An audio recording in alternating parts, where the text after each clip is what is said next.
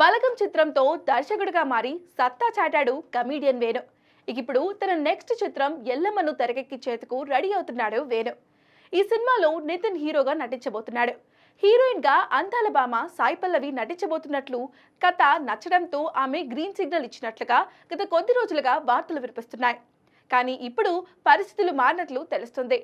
త్వరలోనే Yellamma movie shooting ను ప్రారంభించబోతున్నారు.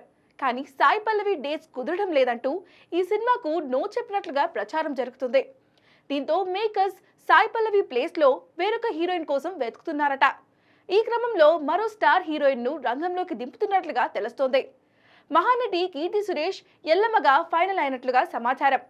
Director Venu ఇప్పటికే ఆమెకు స్క్రిప్ట్ చెప్పాడని, తన పాత్ర నచ్చడంతో కీర్తి ఈ సినిమా చేయడానికి రెడీ అయిందని టాక్ వినిపిస్తుంది.